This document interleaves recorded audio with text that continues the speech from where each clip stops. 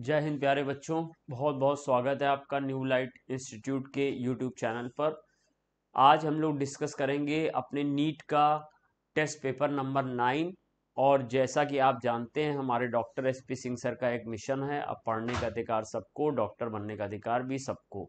तो आइए इसी मिशन के तहत हम लोग स्टार्ट करते हैं अपना केमिस्ट्री के पेपर का डिस्कशन। फर्स्ट 23 क्वेश्चन यानी क्वेश्चन नंबर 46 से 68 तक मैं यानी संजीव भाटिया आपको डिस्कस करूंगा। तो आइए बच्चों, हमारा फर्स्ट क्वेश्चन केमिस्ट्री पार्ट का यानी क्वेश्चन नंबर 46 हमारा टेस्ट पेपर का है। दो स्टेटमेंट हमको गिवन है। फर्स्ट स्टेटमेंट है द आयनाइजेशन कांस्टेंट के value for formic acid and acetic acid are same. तो ये सब बच्चे आसानी से समझ गए होंगे कि ये स्टेटमेंट गलत दिया है, वो है क्योंकि फॉर्मिक एसिड ज्यादा एसिडिक है in comparison to acetic acid से। तो जैसा कि हम लोग जानते हैं कि HCOH ज्यादा एसिडिक है CH3COOH से। तो इसका मीन्स है कि एसिडिक स्ट्रेंथ अगर ज्यादा है तो इसका Ka वैल्यू भी ज्यादा होगा। किसका? फॉर्मिक एसिड का। फॉर्मिक एसिड का Ka वैल्यू एसिटिक एसिड से ज्यादा होगा, यानी आयनाइजेशन कांस्टेंट ज्यादा होगा, बिकॉज फॉर्मिक एसिड की एसिडिक स्ट्रेंथ एसिटिक एसिड से ज्यादा, और यहाँ सेम बताया गया Ka वैल्यू। तो ये रॉन्ग स्टेटमेंट है। For soluble salt solubility 0.1 molar होनी चाहिए, और ये बात आप सब जानते हैं, एनसीईआरटी में एक टेबल गिवन है जिसमें कि अगर 0.1 मोलर से ज्यादा सॉल्युबिलिटी है तो वो सॉल्ट सॉल्युबल होगा, और 0.1 से 0.01 तक है तो मीडियम सॉल्युबल होगा, और अगर 0.01 मोलर से कम सॉल्युबिलिटी है तो वो बहुत ही लीस्ट सॉल्युबल या स्पैरिंगली सॉल्युबल होगा।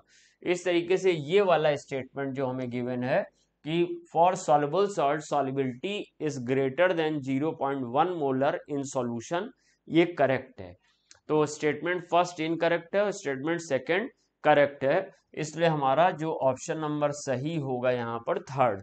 तो थर्ड ऑप्शन के साथ हम लोग जाएंगे। अब नेक्स्ट क्वेश्चन की बात करते हैं। क्वेश्चन नंबर हमारा ये देखिए, ये हमने एनसीईआरटी से ये टेबल उठाई है। सॉल्युबल सॉल्ट के लिए सॉल्युबिलिटी 0.1 मोलर से ज्यादा होना चाहिए, स्लाइडली सॉल्युबल के लिए 0.1 मोलर से कम और 0.01 मोलर से ज्यादा होना चाहिए, और स्पैरिंगली सॉल्युबल के लिए सॉल्युबिलिटी 0.01 से कम होनी चाहिए। और ये वैल्यू दी हुई है यहाँ पर। फॉर्मिक एसिड 1.8 × 10⁻⁴ है, एसिटिक एसिड 1.74 × 10⁻⁵ है, यानी एसिटिक एसिड का वैल्यू कम है फॉर्मिक एसिड से। अब यहाँ पे हमको कुछ सॉल्ट्स गिवन है, और ये कॉलम 1 में सॉल्ट्स हैं, और कॉलम 2 में अगर हम उन सॉल्ट को वाटर में डालें तो फिर वो सॉल्यूशन एसिडिक होगा या बेसिक होगा, यानी pH 7 से कम होगा या 7 से ज्यादा होगा, ये हमें पता करना। तो सबसे पहला सॉल्ट हमारे पास अमोनियम एसीटेट है।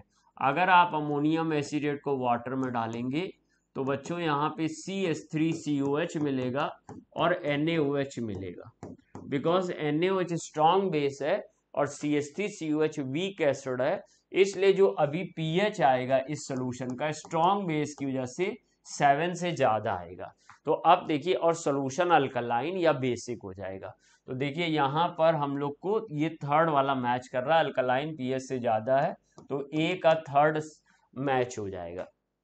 अमोनियम क्लोराइड को अगर आप इसी तरीके से वाटर में डिसॉल्व करें तो वाटर में डिसॉल्व करने पे अमोनियम से अमोनियम हाइड्रोक्साइड बनेगा जो एक वीक बेस है, और साथ में मुझे HCl मिल जाएगा जो स्ट्रॉन्ग एसिड है। सो अब क्योंकि स्ट्रॉन्ग एसिड pH को ज्यादा डिक्रीज करेगा in comparison to weak base, तो यहाँ पर pH 7 से कम हो जाएगा। तो pH 7 से कम हमारा है किसमें?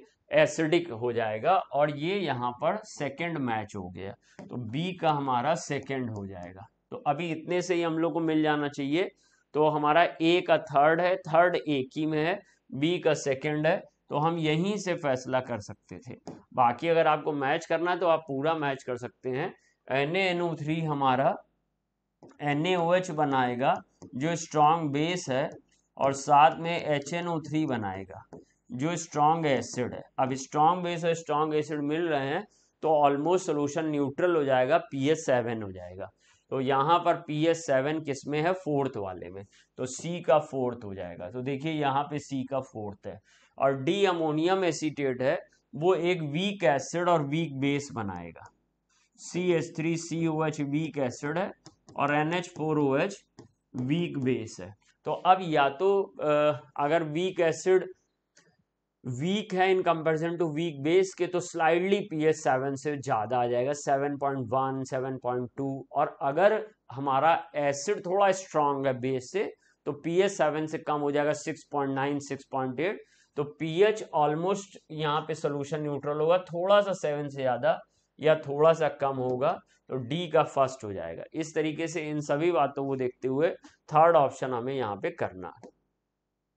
फिर से एक मैच द फॉलोइंग आ गया और अब की बार फॉर्मूला से सॉल्युबिलिटी प्रोडक्ट निकालना। तो सॉल्युबिलिटी प्रोडक्ट का जनरल हमें इक्वेशन निकालना। अब इसके लिए आपने पढ़ा होगा, अगर हमारे पास कोई सॉल्ट AXBY है तो सॉल्युबिलिटी प्रोडक्ट का जनरल एक्सप्रेशन निकालने के लिए हम लोग क्या करते हैं कि हम लोग यहाँ पे ये जो a के नीचे x लिखा है ये x लिखते हैं और इसकी पावर भी x कर देते हैं। ये y लिखा है y लिखते हैं और y की पावर भी y कर देते हैं। और फिर जो हमारे पास सॉल्युबिलिटी होती है उसकी x प्लस y पावर कर देते हैं। तो अभी आप ये x y को जोड़ के ही आइडिया लगा सकते हो, ये पावर करने में टाइम वेस्ट करने की जरूरत नहीं है। जैसे देखो Fe के नीचे 1 लिखा है और OH के नीचे 3 लिखा है, तो 1 + 3 4 होगा। तो जिसमें s की पावर 4 लिखा होगा वो सही हो जाएगा, यानी कि a का सेकंड हो जाएगा। ये देखो x + y सॉल्युबिलिटी की पावर से आइडिया लग जाएगा। अब Ag के नीचे 2 लिखा है, CrO4 एक पूरा anion है, इसके नीचे जो आपका एटॉमिसिटी है या वैलेंसी है वो 1 है। तो अब ये 2 + 1 3 आएगा। तो यहाँ पर देखो 3 यहाँ पे है और कहीं 3 नहीं है, इसलिए ये 4 से मैच हो जाएगा। इतने से ही हमको यहाँ ऑप्शन मैच मिल जाएगा। ए का सेकंड एक ही ऑप्शन में दिया गया, तो बहुत आसान था, तो हम लोग इससे कर सकते थे। बाकी बी में भी चले गए तो बी का 4 हो गया। अब आगे का अगर करना चाहते हो तो CH3CO एक आयन है और इसके नीचे 1 लिखा, Ag के नीचे 1 लिखा, तो 1 + 1 = 2 आएगा। तो जिसकी पावर 2 है, चेक करिए ये पावर 2 है, तो ये फर्स्ट हो जाएगा। तो C का फर्स्ट हो गया। और ऐसे D का यहाँ पर 3 + 2 ऐड किया 5, जैसे यहाँ पे हम x + y करते थे तो पावर 5 आ जाएगा। तो यहाँ पे पावर 5 किस में आया, थर्ड में, तो ये थर्ड हो जाएगा। अब हमारे पास A का सेकंड, B का 4, C का फर्स्ट और D का थर्ड, तो ये 48 का सेकंड ऑप्शन हम लोगों ने कर लिया। नेक्स्ट क्वेश्चन की तरफ जाते हैं। दो स्टेटमेंट दिए गए, हमें डिसाइड करना कौन सा स्टेटमेंट सही है कौन सा स्टेटमेंट गलत है। बेस्ट एसिडिक बफर वो होता है जिसका pH pK के बराबर हो, बिल्कुल सही बात है, ये तो थियोरेटिकल बात है। और अगर pH को pK बराबर करना है, बेस्ट एसिडिक बफर बनाना है, तो हमको यहाँ पर टू हैव pH = pK, यहाँ पे स्टेटमेंट इनकम्प्लीट लग रहा है क्वेश्चन नंबर 49 में। Salt bye acid question paper में आपको मिल जाएगा। सॉल्ट बाय एसिड का जो एक्टिव मास है वो 1 होना चाहिए, ये क्वेश्चन पेपर में दिया गया। यहाँ पर to have pH = pK for best acidic buffer, salt upon acid का एक्टिव मास 1 होना चाहिए। तो ये बात बिल्कुल सही है, हेंडरसन इक्वेशन से आपने पढ़ा है pH = एसिडिक बफर के लिए इक्वेशन होती है pK + log salt bye acid, salt का एक्टिव मास अपॉन एसिड का एक्टिव मास। अब सॉल्ट और एसिड अगर इक्वल है तो यहाँ 1 आ जाएगा, log 1 = 0 हो जाएगा, तो pH = pK हो जाएगा। इस तरह से स्टेटमेंट फर्स्ट भी सही है और स्टेटमेंट सेकंड भी सही है, बोथ स्टेटमेंट आर करेक्ट। सो हमारा फोर्थ ऑप्शन करेक्ट हो जाएगा, फोर्थ में बोथ स्टेटमेंट आर करेक्ट आ रहा है। नेक्स्ट क्वेश्चन की बात करते हैं, क्वेश्चन नंबर 50। यहाँ पर देखिए क्वेश्चन क्या किया गया, how many litres of water must be added in 1 litre of an aqueous solution of HCl with pH 1। ठीक है, पहले pH 1 था, फर्स्ट pH 1 था, और फिर हमको pH 2 का सोल्यूशन बनाना है। pH 2, तो ऑब्वियस बात है pH आपका बढ़ रहा है, इसका मीन्स डाइल्यूशन बढ़ रहा होगा, तो यहाँ पे मुझे वाटर मिलाना होगा। तो वाटर पूछ रहा है कितना मिला है, 1 लीटर में, तो हम लोग ऐसे कर लेंगे, यहाँ पर H प्लस 10⁻⁻1 होगा इससे, और इसका जो V1 है वो 1 लीटर है, और इससे हम लोग H प्लस की पावर 2 निकालेंगे, तो ये 10⁻⁻2 होगा, because H plus equal to होता है 10⁻⁻pH, तो ये 10⁻⁻2 आ जाएगा।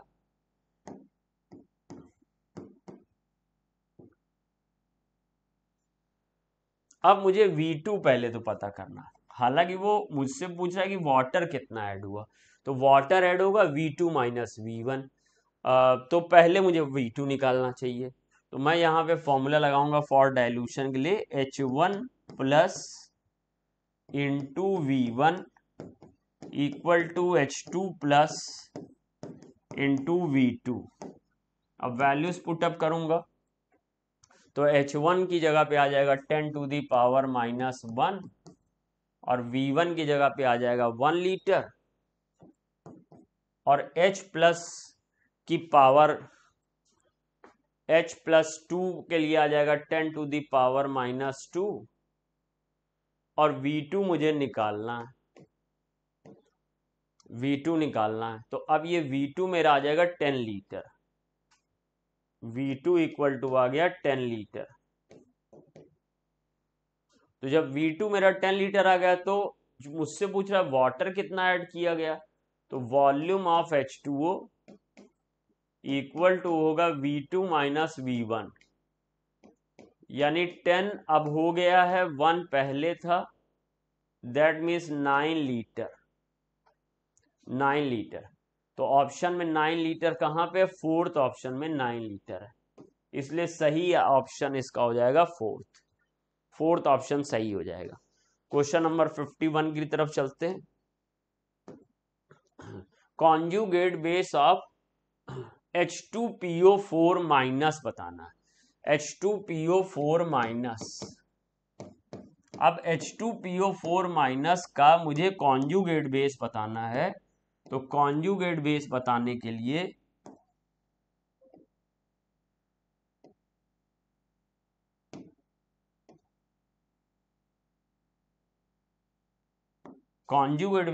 लिए मुझे इसको एज ए एसिड यूज करना होगा, तो ये एक H प्लस निकाल दे अगर, तो ये एज ए एसिड बन जाएगा, तो इसमें बन जाएगा HPO4 2 माइनस, तो ये कॉन्जुगेट बेस होगा।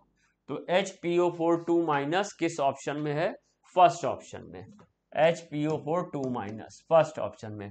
तो क्वेश्चन नंबर 51 का हम लोग फर्स्ट करेंगे। अब नेक्स्ट क्वेश्चन की तरफ चलते हैं, क्वेश्चन नंबर 52 की तरफ।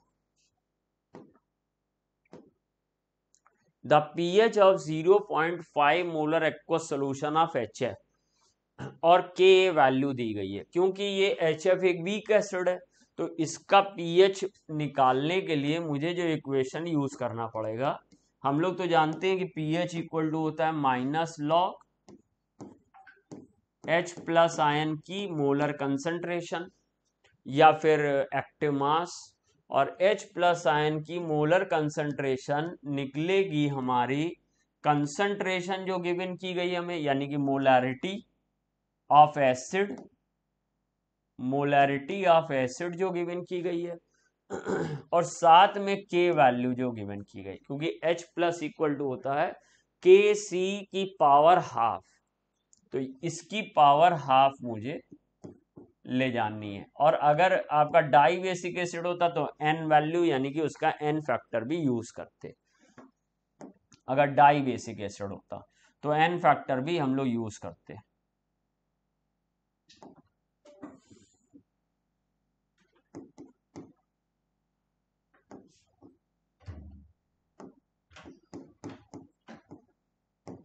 ये अब माइनस लॉग, अब मोलैरिटी मुझे HF की दी गई है 0.5, N वैल्यू HF में एक H होता है इसलिए 1 है, और K का वैल्यू है 2 इंटू 10 टू दी पावर -4 की पावर हाफ।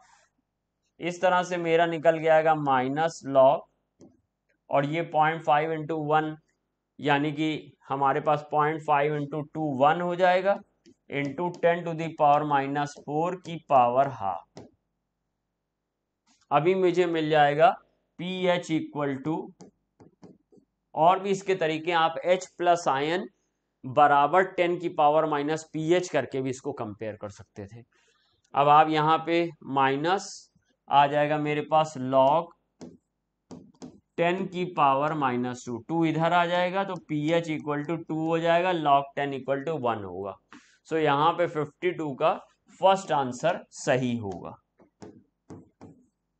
52 का फर्स्ट आंसर। देखिएगा अब हम लोग बात करेंगे 53 पर।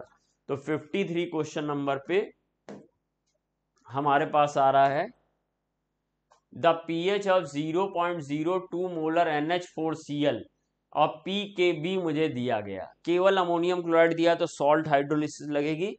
तो सॉल्ट हाइड्रोलिसिस में यहाँ जो हम लोग ने इक्वेशन पढ़ी है वो इक्वेशन क्या है, इक्वेशन है pH इक्वल टू 1/2 pKw। आप चाहें तो इसको बाहर भी निकाल सकते हैं, pKw 14 मान के इसको 7 भी कर सकते हैं, अब डिपेंड करता है आपने कौन सा वाला फॉर्मूला पढ़ा। pKw minus pKb minus log C, ये फॉर्मूला आप लोगों ने पढ़ा हुआ। अब हम लोग यहाँ पर इसी फॉर्मूले को और सॉल्व करेंगे, 1/2 pKw की जगह 14 रखेंगे, माइनस pKb मुझे दिया 4.73 और minus log C, minus log C means concentration और मोलैरिटी। तो C मुझे गिवन की गई है 0.02 यानी कि 2 into 10 to the power -2, 2 into 10 to the power -2। अब इनको सबको आप सॉल्व करोगे तो ये आ जाएगा log 2 और log 2.3, और ये 2 में से 0.3 100 हटाया 1.7, तो ये प्लस 1.7 आ जाएगा। तो प्लस 1.7 आ जाएगा, 15.7 में से 4.73 सब्सट्रैक्ट करोगे तो 10n के आसपास आने लगेगा, 10.5 के आसपास। तो जहां तक सॉल्व करने पे इसका आंसर 5.48 आना चाहिए। तो यहाँ पे मेरे पास pH इक्वल टू, सॉल्व करके देख लेना एग्जैक्टली, अंदाजे से तो यही लग रहा है 5.48 आना चाहिए। तो ऑप्शन नंबर 3 सही होगा। नेक्स्ट क्वेश्चन की तरफ चलते हैं, क्वेश्चन नंबर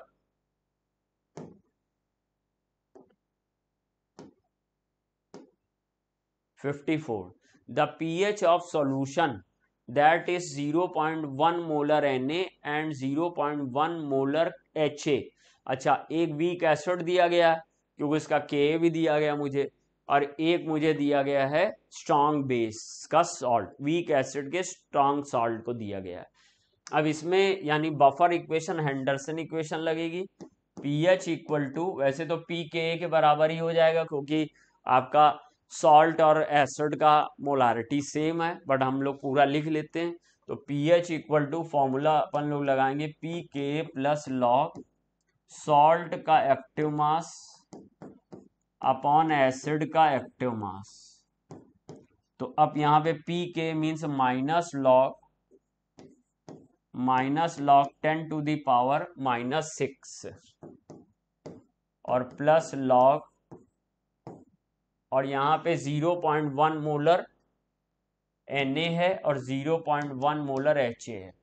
तो 0.1 दैट मीन्स 1 आया, लॉग 1 इक्वल टू 0 हो गया, ये -6 इधर आएगा तो +6 हो जाएगा, log 10 1 हो जाएगा, तो pH इक्वल टू 6 आ जाएगा।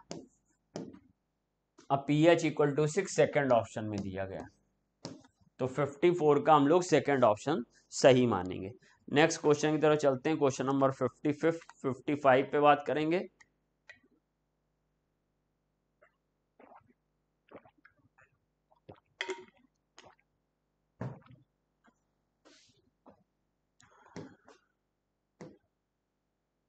The pH of buffer solution 0.1 molar CH3COH and same बिल्कुल जो पिछला क्वेश्चन था उसी पैटर्न का ये क्वेश्चन है। फिर से हम लोग वही इक्वेशन लगाएंगे, pH equal to pKa plus log salt का एक्टिव मास अपॉन एसिड का एक्टिव मास। तो pH इक्वल टू pK इस बार दिया गया 4.74, देखते ही आप लोग ने इसको सॉल्व कर लिया होगा, और लॉग 0.1 और 0.1 दोनों 0.1 मोलर है, तो pH इक्वल टू 4.745 आ जाएगा, यानी कि ऑप्शन नंबर फर्स्ट सही होगा। 55 का ऑप्शन नंबर फर्स्ट सही होगा। अब क्वेश्चन नंबर 56 पे जाते हैं। Question number 56, the solubility of PbSO4 at 25 degree Celsius दिया, KSP निकालना है। तो PbSO4 में Pb के नीचे 1 है और SO4 के नीचे भी 1 है, तो इसका जो KSP और सॉल्युबिलिटी का रिलेशन है वो आ जाएगा KSP equal to S square. अब S हमको दिया गया 1.1 into 10 to the power minus 4, 10 to the power minus 4 दिया है, क्या दिया है 10 टू द पावर माइनस 4 का square,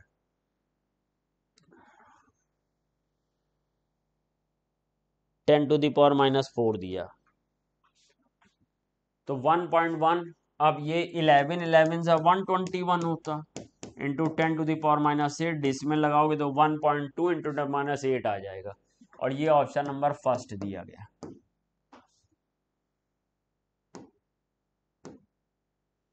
the solubility of CaF2 is in 0.1 molar solution of NaF। तो यहाँ पे हमको सॉल्युबिलिटी निकालनी है कॉमन आयन इफेक्ट की प्रेजेंस में।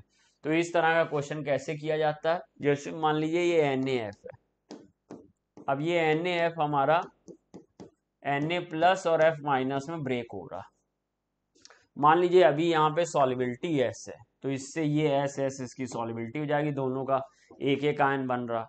अब आपने इसमें CaF2 भी मिला दिया, तो जब आपने CaF2 मिलाया, स्ट्रॉन्ग इलेक्ट्रोलाइट है, Ca2 प्लस मिला और 2F माइनस मिला, 2F माइनस मिल गया। CaF2 का CaF2 में NaF मिलाया था, उल्टा हो गया, ये पहले हमने CaF2 लिया है,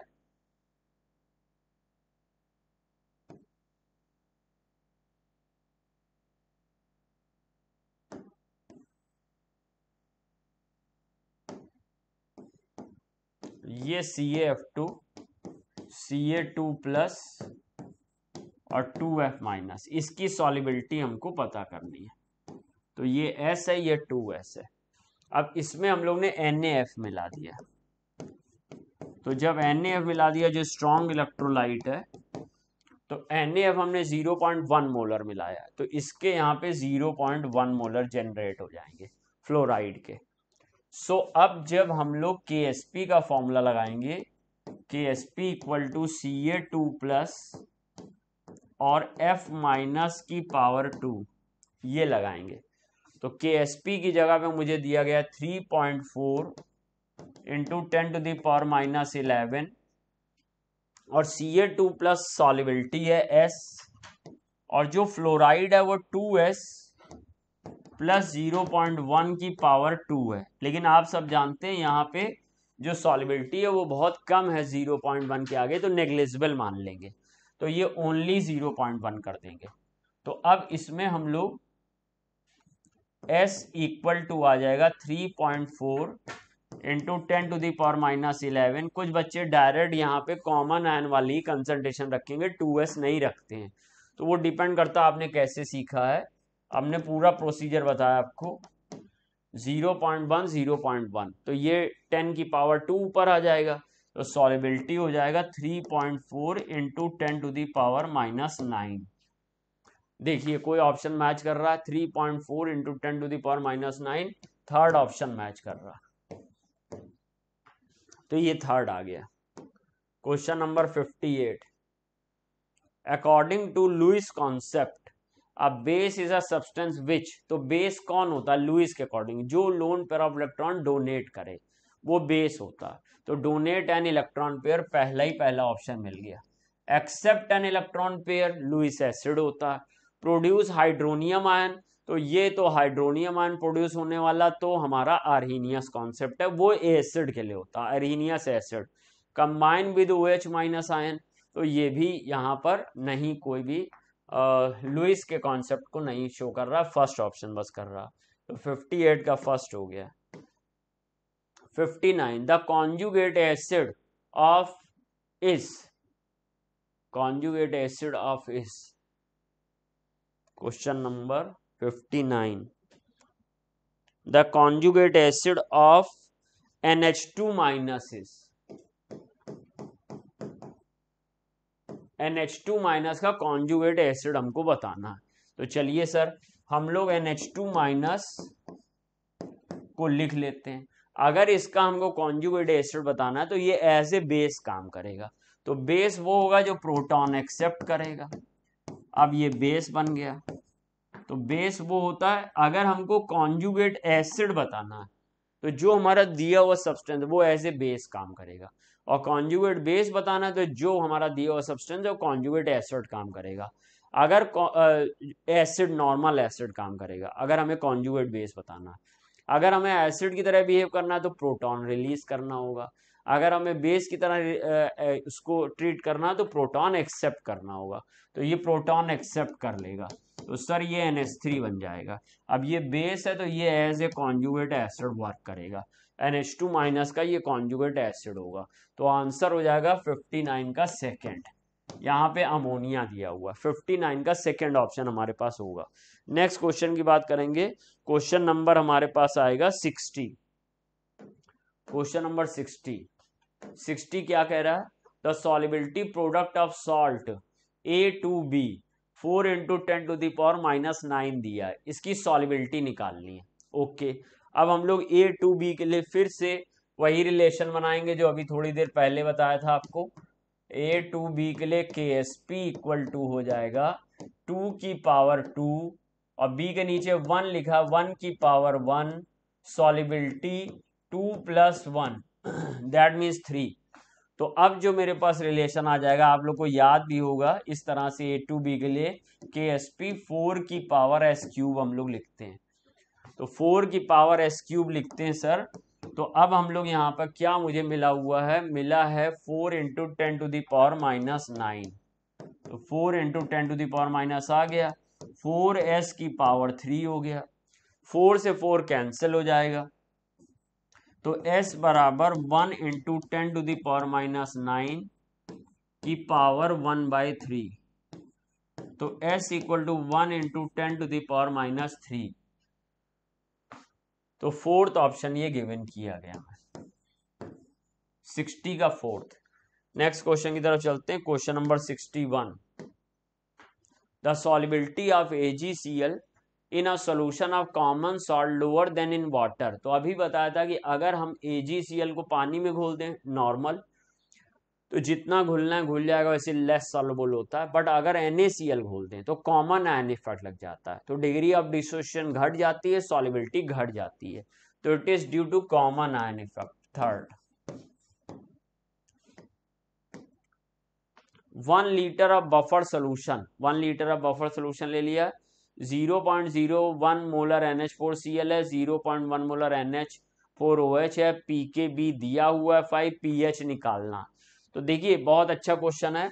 अब अगर बफर सोल्यूशन है तो आपको पहले बफर बेसिक है कि एसिडिक ये देखना, क्योंकि यहाँ NH4OH से बन रहा है तो ये बेसिक बफर है। तो बेसिक बफर के लिए पहले हेंडरसन इक्वेशन POH वाली लगाओगे। तो POH equal to pKb plus log salt upon base का एक्टिव मास या मोलैरिटी, ये इक्वेशन लगेगी। तो अब सर हम लोग ने यहाँ पे वैल्यू पुटअप किया, POH इक्वल टू, देखिए pKb कितना दिया गया, 5 दिया गया, 5 लगा लिया, प्लस लॉग सॉल्ट का मोलैरिटी अमोनियम क्लोराइड का 0.01 दिया गया और NH4OH बेस का 0.1 दिया गया। तो ये log 1/10 आ जाएगा, log 1/10 तो log 1 माइनस log 10, तो log 1 0, तो ये -1 आ जाएगा, तो POH इक्वल टू आ जाएगा 4, सॉल्व करके तो POH 4 आ जाएगा, तो pH इक्वल टू आ जाएगा 14 माइनस POH, यानी 14 माइनस 4 दैट मीन्स 10, तो आंसर हो जाएगा 10, यानी कि फर्स्ट ऑप्शन करेक्ट होगा। क्वेश्चन नंबर 63, 2 एसिड दिए गए हैं, उनके डिसोसिएशन कांस्टेंट या आयनाइजेशन कांस्टेंट दिए गए हैं और रिलेटिव स्ट्रेंथ पूछी गई है। तो रिलेटिव स्ट्रेंथ कैसे निकालते हैं, इसका आपको फॉर्मूला पढ़ा होगा, बराबर होता है acidic strength of acid 1 upon acidic strength of acid 2, acidic strength of acid 1, acidic strength of acid 2। तो इसके लिए हमारे पास जो फॉर्मूला लगता है, अगर मोलारिटी सेम है या मोलारिटी नहीं गिवन है, तो हम लोग लगा देते हैं फॉर्मूला K1/K2, K1/K2 ऐसे होना चाहिए था, K1C1 अपॉन K2C2 का अंडर रूट। मोलारिटी की बात नहीं की गई है तो हम लोग ने उसको कंसिडर नहीं किया। अब K1 हमारा है 3 × 10 to the power -4, और ये है हमारा 1.8 × 10 to the power -5, तो ये 10 to the power -5 ऊपर जाएगा, तो 10 to the power +5 हो जाएगा, सो मुझे यहाँ पे मिल जाएगा 10, तो 30/1.8, तो 30/1.8 कर लेते हैं, कितना हो जाएगा 16 के आसपास आना चाहिए, 16.1 या 2 आएगा, 30 डिवाइडेड बाय 1.8 16.6 आ रहा, 16.6।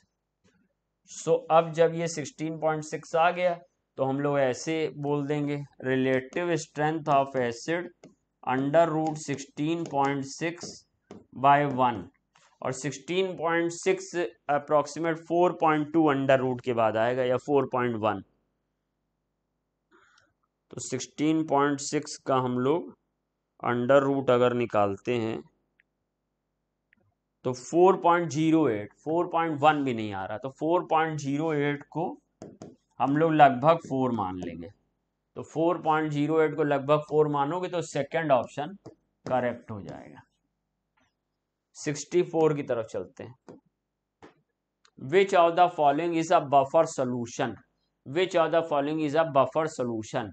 तो बफर सोल्यूशन कैसे बनता है, जब हमारे पास वीक एसिड और उसका स्ट्रॉन्ग सॉल्ट हो, या वीक बेस और उसका स्ट्रॉन्ग सॉल्ट हो, या फिर salt of week acid week base. तो आइए देखते हैं, NH4OH हमारा वीक बेस है और ये इसका स्ट्रॉन्ग सॉल्ट है, तो ये बफर बन गया।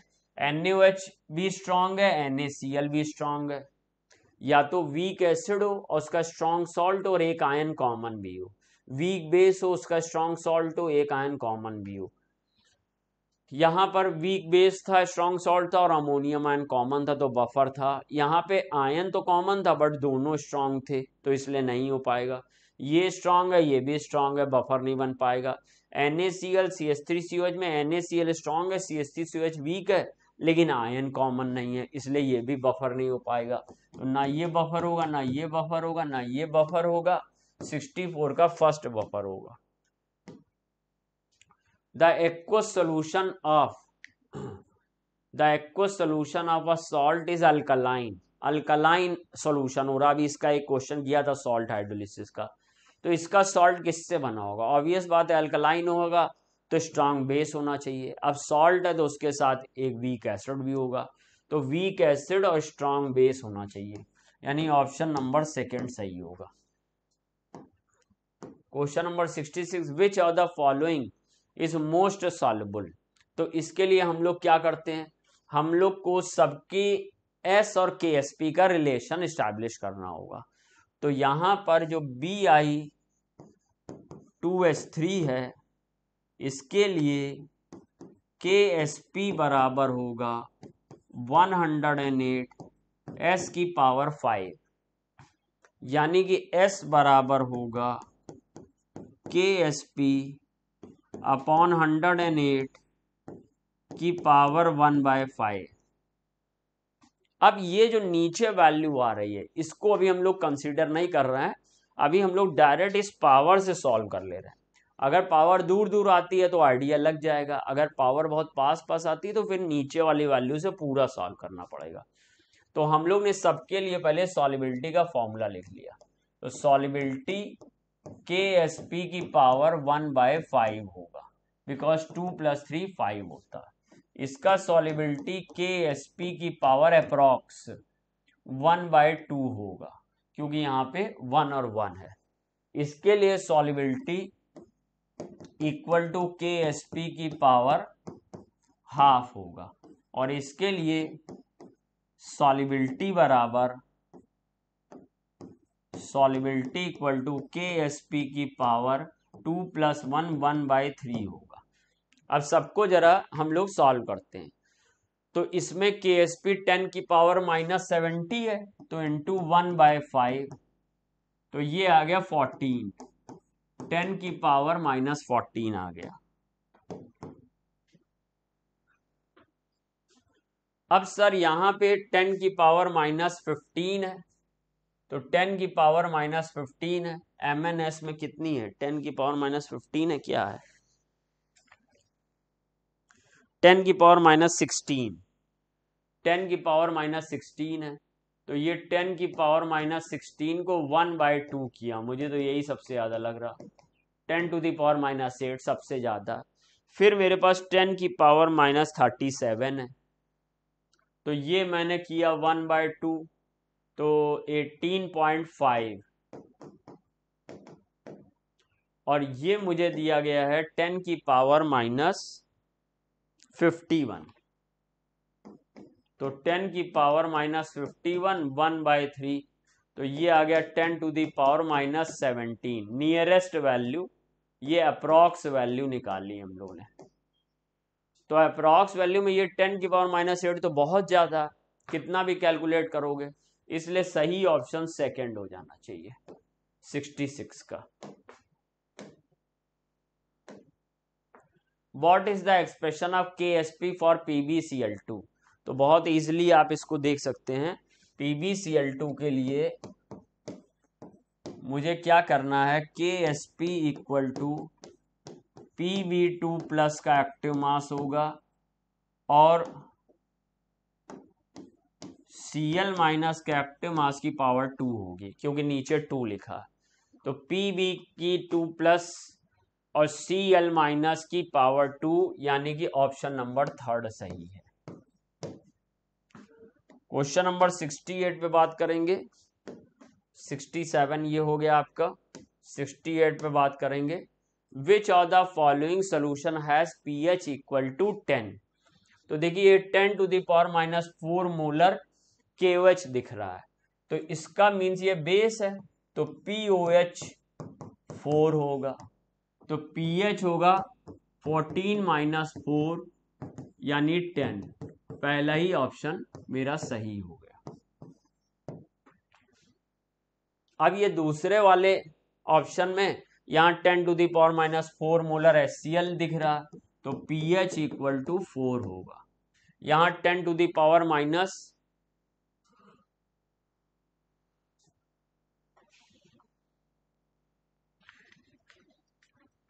पेपर में देखता हूं, 10 की पावर -10 मोलर HCl है, ये 10 की पावर -10 मोलर HCl। तो ये आपका pH जब इतना डाइल्यूट सोल्यूशन होता है तो 7 होता है, और ये दिया हुआ 10 to the power -10 molar KOH, तो 10 की पावर -10 मोलर KOH, तो इसमें भी pH 7 के बराबर आएगा, क्योंकि हाईली डाइल्यूट है, इसलिए सही ऑप्शन मेरा फर्स्ट होगा।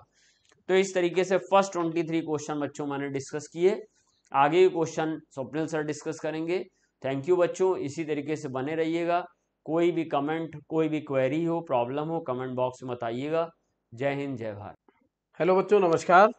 तो आज के पेपर में आपने क्वेश्चन नंबर 68 तक डिस्कशन किया रिस्पेक्टेड संजीव सर के साथ। अब 69 से 90 तक हमारे साथ। तो आइए शुरू करते हैं। विच of the following pair of solution is not an acidic buffer. कह रहा है एसिडिक बफर कौन यहां पर नहीं है। तो एसिडिक बफर जो होता है, सबसे पहले डायरेक्ट बफर की बात कर ले रहे हैं हम लोग, है ना। एसिडिक बफर में हम लोग बात कर रहे हैं तो वीक एसिड और उसका salt with strong base. For example के लिए HCN है और KCN हो गया, एसिटिक एसिड है और सोडियम एसीटेट हो गया। ठीक है, तो ये जो है HCN ये वीक एसिड हो गया, ये स्ट्रॉन्ग बेस और वीक एसिड का सॉल्ट हो गया। इसी तरह ये वीक एसिड हो गया, ये वीक एसिड स्ट्रॉन्ग बेस का सॉल्ट हो गया। तो दोनों ही क्या है, एसिडिक बफर है। तो वीक कंपोनेंट और एसिडिक है तो वीक एसिड होना चाहिए। अब यहाँ पे देखिए HClO4 दिया है, ये वीक एसिड नहीं है, ये क्या है, स्ट्रॉन्ग एसिड। NaClO4 ये सॉल्ट है, स्ट्रॉन्ग बेस और स्ट्रॉन्ग एसिड का, वीक कंपोनेंट है ही नहीं, तो ये तो बफर नहीं है, नॉट बफर। यही आंसर होगा। तो पहला इसका आंसर हो जाएगा। क्या हो जाएगा, पहला। अब एसिटिक एसिड और आप देख लीजिए सोडियम एसीटेट, वीक एसिड और सोडियम एसीटेट, ये वीक एसिड है और ये सोडियम एसीटेट है, ये सॉल्ट है, वीक एसिड स्ट्रॉन्ग बेस का। समझ पा रहे हैं।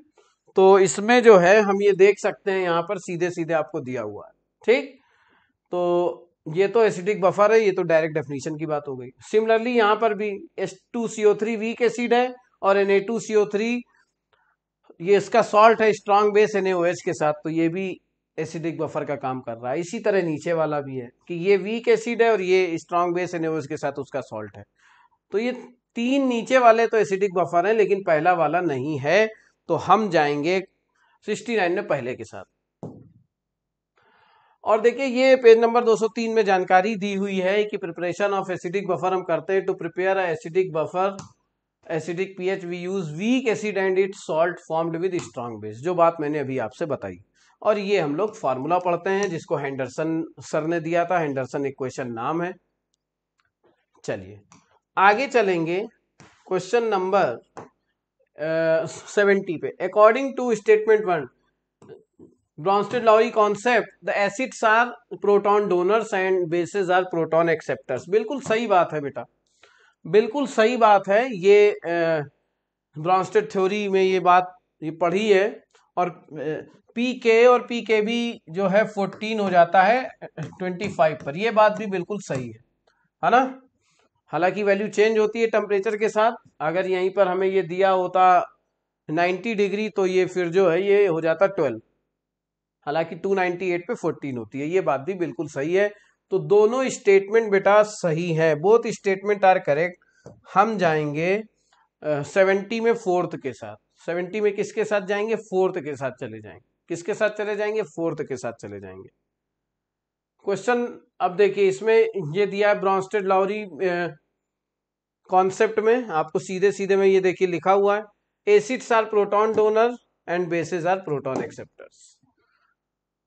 और देखिए PK प्लस PKB बराबर PKW 14 और ये 298 केल्विन पर। पेज नंबर 190 199 से जानकारी ली गई है, आपके सामने है, आप देख सकते हैं।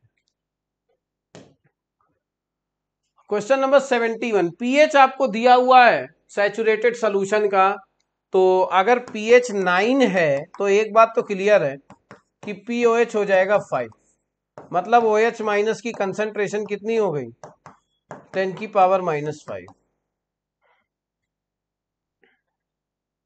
ठीक है, तो अब यहां पे देखिए कैल्शियम हाइड्रोक्साइड है, Ca2 प्लस 2OH माइनस, तो ये S है तो ये 2S हो जाएगी इसकी सॉल्युबिलिटी। अब ये कितना दिया, 10 पावर -5, तो ये 10 की पावर -5 है अगर, तो ये कितना होगा, इसका आधा है, हाफ इंटू 10 की पावर -5।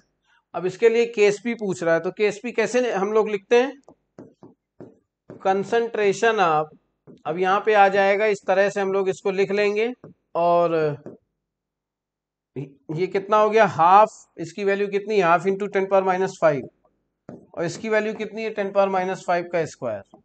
तो सॉल्व हो क्या आ रहा होगा, 0.5 into 10⁻⁻15, 0.5 into 10⁻⁻15। We will go with option number 1, पहले के साथ हम लोग जा रहे हैं। किसके साथ जा रहे हैं, पहले के साथ जा रहे हैं, ठीक है। तो 71 का फर्स्ट आंसर बेटा बिल्कुल करेक्ट हो जाएगा, ठीक। इससे जो पहले था उसका क्या था, बोथ आर करेक्ट, हाँ फोर्थ था, ठीक। तो इसका भी क्या हो गया, पहला आंसर हो गया करेक्ट। देख लीजिए सिंपल सवाल था, और कंसंट्रेशन सिर्फ निकालनी थी, उसके बाद केएसपी का जो एक्सप्रेशन है वो हमें लगाना था। अगर हम वो लगा लेंगे तो डायरेक्टली जो है आंसर आ जाएगा, ठीक। चलिए, तो ये जानकारी है, तो इसका पहला हो गया। अब देखिए सॉल्युबिलिटी प्रोडक्ट का पूरा कॉन्सेप्ट दिया हुआ है, एक बेरियम सल्फेट सॉल्ट है, उसके लिए निकाल के इन्होंने दिखाया है, barium sulphate solubility product S² के बराबर है। Select the wrong representation of conjugate acid and conjugate base of the species, मतलब इसमें रॉन्ग एसिड और रॉन्ग बेस के लिए कह रहा है। तो हमने क्या कहा था कि कॉन्जुगेट एसिड बनाने के लिए, फॉर कॉन्जुगेट एसिड बनाने के लिए किसी स्पीसी में ऐड कर दें H+, और कॉन्जुगेट बेस बनाने के लिए सब्ट्रैक्ट कर दें H+, है ना। तो H+ अगर हम सब्ट्रैक्ट का इसमें NH3 में हमने ऐड किया बेटा, तो NH4+ बिल्कुल सही, H+ माइनस किया तो NH2 माइनस बन गया, ठीक।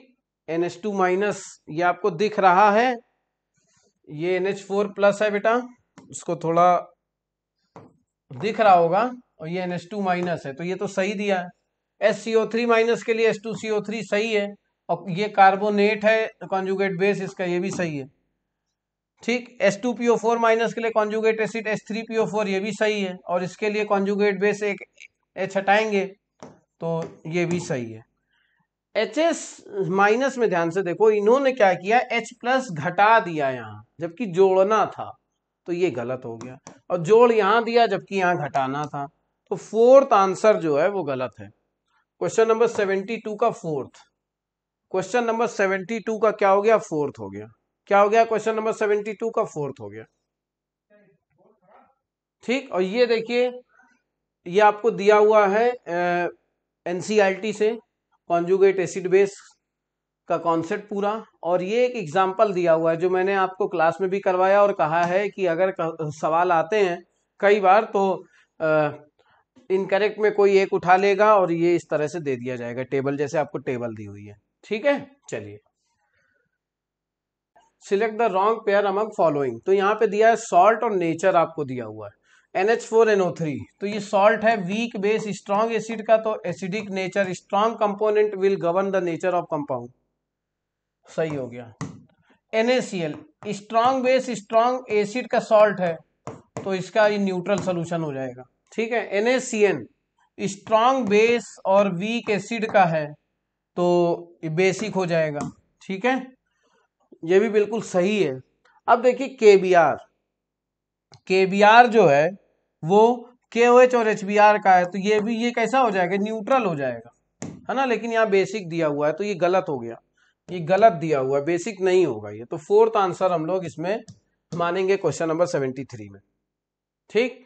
अब देखिए क्या है, we now consider the hydrolysis. देखिए हाइड्रोलिसिस हमेशा वीक कंपोनेंट की होती है। सॉल्ट चार तरह के अगर हैं, SaSb, WaSb, SaWb, WaWb। SA मतलब स्ट्रॉन्ग एसिड, SB मतलब स्ट्रॉन्ग बेस, WA मतलब वीक एसिड, WB मतलब वीक बेस। तो अगर वीक कंपोनेंट है तो उसकी हाइड्रोलिसिस हमें करनी है। तो देखिए जहां पे भी वीक आपको दिए हुए हैं वो सारे उस तरह के जो सॉल्ट होंगे उनको कंसीडर हम करते हैं, और यही ऑब्वियस सी बात होती है किसी भी क्वेश्चन के लिए। Aqua solution of which of the following salt will be the basic. Aqua solution कौन सा बेसिक होगा, तो अमोनियम एसीटेट के बारे में बात कर रहे हैं। अमोनियम आया NH4OH से, एसीटेट आया एसिटिक एसिड से। वीक एसिड वीक बेस का सॉल्ट गिवन करेगा pKa वैल्यू क्या दिया हुआ है उसके आधार पर, ठीक है। तो अब यहां पे देखिए क्या है, अमोनियम क्लोराइड NH4Cl, तो वीक बेस और स्ट्रॉन्ग एसिड, तो ये नेचर एसिडिक हो जाएगा। क्या हो जाएगा? Acidic. Ammonium sulphate weak base strong acid, nature acidic हो जाएगा। सोडियम एसीटेट कैसे लिखते थे? इस तरह से। तो वीक एसिड स्ट्रॉन्ग बेस का सॉल्ट है, नेचर कैसा हो जाएगा? बेसिक हो जाएगा। तो बेटा फोर्थ आंसर इसका बिल्कुल करेक्ट होगा, क्वेश्चन नंबर 74 का। 74 का फोर्थ आंसर बिल्कुल करेक्ट होगा। अब देखिए वही बात हम लोगों ने यहां देखी है, ठीक है। अभी पीछे वाले सवाल 75 देखिए क्या कह रहा है, स्ट्रॉन्गेस्ट एसिड कौन होगा। तो देखिए Ka वैल्यू सबकी दी हुई है, तो कहते हैं Ka जो है वो directly proportional to H plus और directly proportional to acidic strength होता है, स्ट्रॉन्गर एसिड हो जाएगा जितना ज्यादा Ka होगा। तो Ka ये थोड़ी वैल्यू आपको पावर में गलत है, मैं सही कर देता हूँ। 10 की पावर -4 है और ये 10 की पावर -5 है, ये 10 की पावर -10 है, ये 10 की पावर -8 है, ये दिया हुआ है। तो स्ट्रॉन्गेस्ट एसिड वो होगा जिसमें K वैल्यू सबसे ज्यादा, तो सबसे ज्यादा वैल्यू तो हमें एक में ही दिखाई दे रही है, वो है पहला आंसर हमारा, ठीक है। वो पहले आंसर में हम लोग को दिखाई दे रहा है, ठीक है। देख लीजिए ध्यान से, पहले में 10 की पावर माइनस में सबसे कम है, माइनस में सबसे कम है मतलब वैल्यू सबसे ज्यादा है, तो यही आंसर हो गया, ठीक है। तो इसका पहला हो गया K, ठीक। चलिए, और ये देखिए K वैल्यू आपको अलग अलग दी होती है। K वैल्यू H प्लस की डायरेक्टली प्रोपोर्शनल है, ये आप यहां से देख सकते हो। और ये डिफरेंट K वैल्यू दी हुई है। K वैल्यू जितनी ज्यादा एसिड उतना स्ट्रांग होता है, ये बात हम लोग जानते हैं, ठीक। चलिए क्वेश्चन नंबर 76 देखिए क्या कह रहा है। क्वेश्चन नंबर 76 में फॉस्फोरिक एसिड जो है ये इस तरह से आप देख लीजिए आयनाइज हो रहा है, 3 स्टेप में आयनाइज हो रहा है। तो हम सब लोग जानते हैं कि जो K1 होता है वो K2 और K3 से कहीं ज्यादा होता है। K1 जो है वो ग्रेटर देन होता है Ka2 से और Ka2 ज्यादा होता है K3 से। अब क्वेश्चन आता है कि ये तो ठीक है, चलिए, है ना, आंसर तो पहला आ गया सर, बिल्कुल सही बात है, लेकिन ऐसा होता क्यों है? तो कहते हैं कि न्यूट्रल स्पेसी से प्रोटॉन निकालना ज्यादा इजियर होता है कंपेयर टू चार्ज स्पेसी। ये सीधा सीधा लॉजिक होता है और इसका पहला आंसर है। और ये देखिए दिया हुआ है, यहाँ पर आपको सारी चीजें दी हुई हैं और यहाँ पर ये कह भी रहा है, रीजन क्या है, it is more difficult to remove a positively charge proton from a negatively ion due to electrostatic forces. भाई न्यूट्रल में तो चार्ज है नहीं, तो वहां से H प्लस निकाला, तो अब वो जो रिमेनिंग स्पेसी है वो एनायन हुआ। अब एनायन से प्रोटॉन निकालना, H प्लस निकालना एनायन से, तो फोर्स ऑफ अट्रैक्शन जो है उसकी वजह से वो डिफिकल्ट हो जाता है। वो यही बात मैंने आपसे अभी बताई है। सॉलिबिलिटी आपको ये दी है और सॉलिबिलिटी आप ये जो सॉल्ट है इस पे नहीं दिख रहा है, क्या लिखा है? AM है, ये M और BN है और इसके लिए KSP आपसे कह रहा है। तो AM और BN यहाँ पे दिया हुआ है, तो KSP क्या हो जाएगा इसके लिए? M की पावर N, N की पावर N, S की पावर M प्लस N, ठीक है। तो M की पावर N और S की पावर M प्लस N, यहाँ पे बेटा थर्ड आंसर बिल्कुल करेक्ट हो जाएगा। यही डायरेक्ट ट्रिक है सॉलिबिलिटी की, हम सब लोग जानते हैं इसको और उसी से इजी आता है सवाल। चलिए अब देखिए, ये वही सारी चीजें दी हैं सॉलिबिलिटी की डायरेक्ट ट्रिक से एनसीईआरटी में। विच of the following sulphide will precipitate first by passing H2S through their salt solution. देखिए हमने आपसे कई बार कहा कि अगर सेम टाइप के सॉल्ट है तो डायरेक्टली आप कर सकते हो। इन सभी के लिए KSP क्या होगा? S स्क्वायर होगा, तो S जो होगा वो सबका स्क्वायर रूट होगा। अब ये वही है कि वैल्यू जरा इसकी जो है मैं लिख देता हूं, 10 की पावर -28 है, ये 10 की पावर -24 है, -27 है, -36 है, ठीक है। तो हम कहते हैं कि फॉर सेम टाइप सॉल्ट की जब हम बात करते हैं तो सेम टाइप के सॉल्ट के लिए बेटा बहुत सिंपल सी बात है, S KSP और इनवर्सली प्रोपोर्शनल टू PPT। तो जिसका Ksp सबसे कम होगा उसका प्रेसिपिटेशन सबसे पहले होगा, तो सबसे कम तो यही वैल्यू दी है, CuS होना चाहिए। देख लीजिए ध्यान से, सेम टाइप के हैं इसलिए ऐसा किया है, और अगर डिफरेंट टाइप के होते तो सॉल्युबिलिटी निकालते हैं। हम इसमें भी सॉल्युबिलिटी निकाल सकते हैं, इसकी होगी अगर पावर में देखें तो ये Ksp इसका क्या है, S² है, तो सॉल्युबिलिटी क्या होगी 10⁻14, इसकी 10⁻12, इसकी 10⁻18, तो सॉल्युबिलिटी जिसकी सबसे कम उसका प्रेसिपिटेशन सबसे पहले। हालांकि सेम टाइप का है तो डायरेक्टली रिलेशन से हमने देख लिया, ठीक है। चलिए question number 79, which of the following cation will undergo hydrolysis. तो कैटायन हाइड्रोलिसिस करता है जब स्ट्रॉन्ग एसिड और वीक बेस का सॉल्ट होता है। तो यहां देख लीजिए NaCl स्ट्रॉन्ग बेस और स्ट्रॉन्ग एसिड का सॉल्ट है, तो हाइड्रोलिसिस ही नहीं होगी यहां पर, नो हाइड्रोलिसिस। ये वीक एसिड स्ट्रॉन्ग बेस का सॉल्ट है, तो यहां एनायन हाइड्रोलाइज होगा, एनायन हाइड्रोलाइज होगा। K2SO4 बेटा, SbSa की बात है तो नो हाइड्रोलिसिस, हाइड्रोलिसिस ही नहीं होगी। यहां पर NH4Cl, तो ये वीक बेस और स्ट्रॉन्ग एसिड का सॉल्ट है, तो यहीं पे NH4 प्लस कैटायनिक हाइड्रोलिसिस हो जाएगी। कैटायन हाइड्रोलाइज करेगा, कौन करेगा हाइड्रोलाइज, कैटायन। तो आंसर क्या हो गया बेटा, फोर्थ हो गया आंसर। आंसर क्या हो गया 79 का, 79 का फोर्थ आंसर हो गया, ठीक, 79 का फोर्थ आंसर हो गया, ठीक है ना। चलिए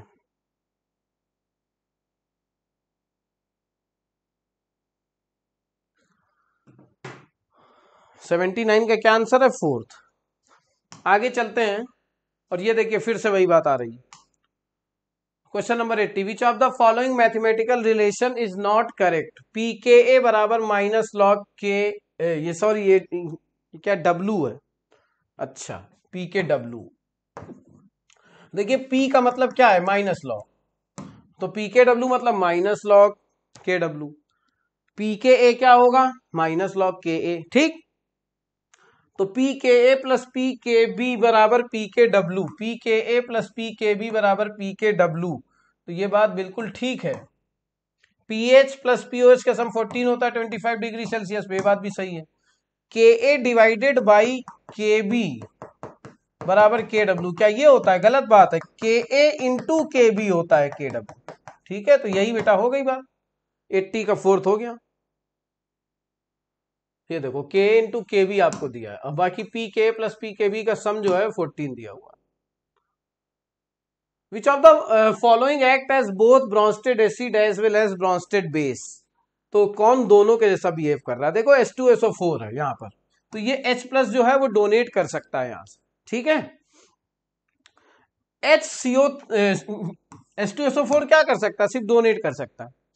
HCO3 माइनस जो है एक प्रोटॉन ले भी सकता है और एक प्रोटॉन दे भी सकता है, समझ पा रहे हैं ना, तो बेटा यही हो जाएगा।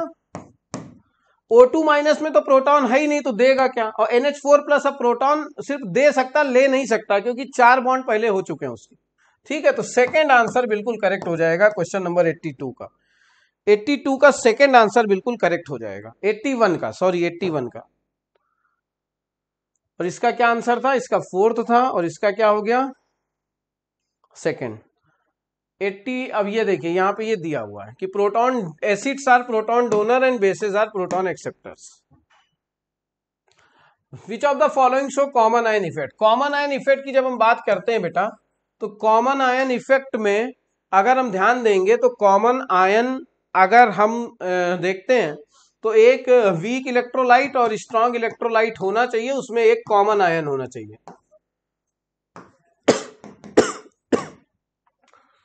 अब यहां पे ध्यान से देखो, HCl strong electrolyte, NaCl strong electrolyte, तो यहां तो कॉमन आयन इफेक्ट ही नहीं है, no common ion effect. H2S weak electrolyte, HCl strong electrolyte, common ion H plus है, कॉमन आयन इफेक्ट है। NH4OH वीक बेस है, NH4Cl एक सॉल्ट है, स्ट्रॉन्ग इलेक्ट्रोलाइट हो गया, तो यहां पे भी कॉमन आयन इफेक्ट है, तो दूसरे और तीसरे में है, तो फोर्थ आंसर होगा 82 का, फोर्थ आंसर होगा 82 का आंसर क्या होगा बेटा, फोर्थ होगा, ठीक है। विच of the following salt does not undergo hydrolyse. तो कौन से सॉल्ट हाइड्रोलाइज नहीं होते हैं, तो कहते हैं जो स्ट्रॉन्ग एसिड और स्ट्रॉन्ग बेस के होते हैं। KCN स्ट्रॉन्ग बेस और वीक एसिड का है, तो ये तो इसमें एनायनिक पार्ट हाइड्रोलाइज होगा। KCl स्ट्रॉन्ग बेस और स्ट्रॉन्ग एसिड का है, तो इसी में नो हाइड्रोलिसिस होगी, कोई भी हाइड्रोलिसिस इसमें नहीं होगी। तो we will go with option number second. NH4NO3 की जब हम बात करते हैं तो ये जो है ये वीक बेस और स्ट्रॉन्ग एसिड है, तो इसमें वीक बेस है तो इसमें भी हाइड्रोलिसिस होगी कैटायनिक। सिमिलरली इसमें भी कैटायनिक हाइड्रोलिसिस होगी। तो कह रहा था किसमें बिल्कुल नहीं होगी, तो वो सेकेंड ऑप्शन। ठीक है, चलिए भाई आगे चल रहे हैं। और पीएच ऑफ सोल्यूशन आपको दिए हैं, कह रहा मोस्ट एसिडिक कौन होगा। तो पीएच जितना ज्यादा होगा बेसिक स्ट्रेंथ उतना ज्यादा और एसिडिक स्ट्रेंथ उतनी कम, हम ये सब लोग जानते हैं। तो मोस्ट एसिडिक कौन होगा, जिसका पीएच सबसे कम, तो सबसे कम पीएच यहाँ पे 2.5 है और दूसरे नंबर पे तो बी होना चाहिए, तो बी हो जाएगा 84 का, बी हो जाएगा 84 का, क्या हो जाएगा बी, 84 का बी, मतलब ऑप्शन नंबर 4। बहुत सिंपल है, बहुत सिंपल सवाल है, सबका सही हुआ होगा। और यही बात है, एसिडिक सोल्यूशन पीएच 7 से कम, बेसिक के लिए 7 से ज्यादा, न्यूट्रल के लिए 7। An aqua solution of ammonium acetate can act as a buffer. Ammonium acetate की बात कर रहा हूं, तो CH3CONH4 का एक्वा सोल्यूशन जो है वो न्यूट्रल बफर का काम कर रहा है, बिल्कुल कर रहा है, बिल्कुल सही बात है। Acetic acid is a strong acid, गलत बात है। NH4OH is a strong base, गलत, वीक है। तो पहला असर्शन तो सही है लेकिन रीजन गलत है। Assertion is correct but reason is not correct. तो we will go with option number second for question number 85। Which of the for which of the sparingly soluble salt KSP जो है solubility is given as KSP/4 to the power 1/3। तो BaSO4 के लिए KSP तो सीधे सीधे निकलती है 1 की पावर 1, 1 की पावर 1, S की पावर 1+1 S²। तो ये नहीं आएगी, स्क्वायर रूट आ जाएगी। Ag3PO4 के लिए 3 की पावर 3, 1 की पावर 1, S की पावर 3+1, तो 27S4 आ जाएगी, है ना। तो ये 27 से तो डिवाइड हो नहीं रहा है, तो ये भी नहीं हो पाएगा। कैल्शियम फॉस्फेट 3 की पावर 3, 2 की पावर 2, S की पावर 3+2, 108 S की पावर 5, तो S की पावर 5 है तो ये तो 3 होनी चाहिए पावर, तब जाके हमें चेक करना है। Hg2Cl2, बहुत बढ़िया, यही होगा, यही गलत भी हुआ होगा। 1 की पावर 1, 2 की पावर 2 और S की पावर 1+2, तो ये 4S क्यूब हो गया, ये KSP हो गया, है ना। तो S क्यूब बराबर KSP/4, तो S बराबर KSP/4 की पावर 1/3। ठीक है, तो ये हो गया, इसके लिए फोर्थ आंसर हो गया बेटा, फोर्थ आंसर हो गया क्वेश्चन नंबर 86 के लिए। क्या हो गया, फोर्थ आंसर हो गया।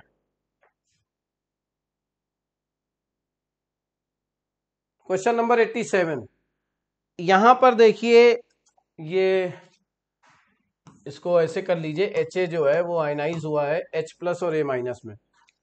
pH आपसे यहां पे दिया हुआ है, आपसे डिसोसिएशन कांस्टेंट पूछ रहा है, तो एसिड है Ka आपसे पूछ रहा है। और देखो वीक मोनोप्रोटिक एसिड हम है, इसको ले रहे हैं, तो कंसंट्रेशन इसकी कितनी दी है, 1 मोलर। pH दिया है 5, मतलब H+ कितना दिया है, 10 की पावर -5। तो यहां पे अगर हम लोग देखेंगे तो इसका जो डिसोसिएशन कांस्टेंट है H+ बराबर,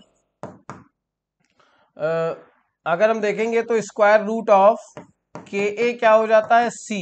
तो इसका स्क्वायर कर दें अगर हम, तो H+ का स्क्वायर अपॉन C बराबर Ka हो जाएगा। तो ये कितना दिया है, 10⁻⁵ का स्क्वायर कर दिया अपॉन 1। तो ये Ka जो है यहां से सॉल्व होके आता है 10⁻10, 10 की पावर -10। क्या कोई ऑप्शन है 10 की पावर -10? इस सेकेंड ऑप्शन आपको दिया हुआ है, सेकेंड ऑप्शन दिया हुआ है 10 की पावर -10। ठीक है बेटा, यहाँ पे सेकेंड ऑप्शन आपको दिया हुआ। चलिए, और ये रिलेशन है पूरा डिटेल में कैसे आता है। क्वेश्चन नंबर 88 देखिए क्या कह रहा है, मैच द फॉलोइंग। ये सॉल्ट ऑफ वीक एसिड, अब ये जो है थोड़ा सा इधर उधर हो गया लिखने में। ये जो है, ये इसको मैं पहले काट देता हूं, ये जो लिखा हुआ है salt of weak acid and weak base, salt of weak acid and strong base, salt of weak base and strong acid। ठीक, ये होना चाहिए। अब इसको मिलाते हैं, तो वीक एसिड और वीक बेस का सॉल्ट यहां पे देखें तो अमोनियम एसीटेट है, तो पी का सेकंड होगा बेटा, पी का second. Salt of week acid और स्ट्रॉन्ग बेस और वीक एसिड, तो इसका होगा क्यू का थर्ड होगा, क्यू का थर्ड होगा, पी का सेकंड और क्यू का थर्ड। और वीक बेस और स्ट्रॉन्ग एसिड तो आर का वन होगा, तो पी का सेकंड, क्यू का थर्ड, आर का वन। थर्ड आंसर हो जाएगा बेटा, थर्ड आंसर हो जाएगा। क्या हो जाएगा? Third answer. Strong component nature decide करता है, तो अगर कोई पूछता है इसका नेचर क्या है, वीक एसिड और वीक एसिड स्ट्रॉन्ग बेस का, तो इसका बेसिक हो जाता। सॉल्ट ऑफ वीक बेस और स्ट्रॉन्ग एसिड का नेचर क्या होगा? एसिडिक हो जाता। ठीक, तो इसका आंसर क्या हो गया? थर्ड। चलिए, पीकेबी आपको दिया है अमोनिया का इतना, विच of the following is correct obtaining a buffer. अगर पीएच आपको इतना दिया हुआ है, अच्छा, तो हम जानते हैं पीओएच बराबर पीकेबी, हम क्या जानते हैं? पीओएच बराबर पीकेबी, और प्लस में क्या जानते हैं? लॉग ऑफ कंसंट्रेशन ऑफ, अब ये यहाँ पे सॉल्ट की जगह क्या है? NH4Cl है, और बेस की जगह क्या है? NH4OH है। अब देखिए आपको ये पीएच कितना दिया? 9.25, तो पीओएच कितना हो गया? तो पीओएच हो गया 14 माइनस 9.25 मतलब 4.75, ठीक है ना? ये हो गया 4.75, और ये भी कितना दिया है? 4.75, और प्लस ये तो है ही है मान लीजिए, तो ये इधर से कट के जीरो आ गया, मतलब लॉग ऑफ NH4Cl की कंसंट्रेशन और NH4OH की कंसंट्रेशन जो है, इसकी वैल्यू जीरो, तो मतलब एंटी लॉग हम इसका ले लेंगे तो 10 की पावर जीरो, मतलब NH4Cl और NH4OH की कंसंट्रेशन का रेशियो 1 होना चाहिए, मतलब इनकी कंसंट्रेशन क्या होनी चाहिए? बराबर, इनकी कंसंट्रेशन बराबर होनी चाहिए। देख लीजिए ध्यान से भाई, अगर ये जीरो हो गया तो ऐसे भी कर सकते थे, ये हम यहाँ पे लॉग है तो लॉग 1 ले लेते, तो लॉग से लॉग कट जाता तो ये आ जाता, या एंटी लॉग लेके कर लिया उससे भी आ गया, तो कंसंट्रेशन बराबर हो गई। यार तीसरा ऑप्शन 89 का तीसरा का, ठीक है। चलिए, ये फार्मूला दिया हुआ है।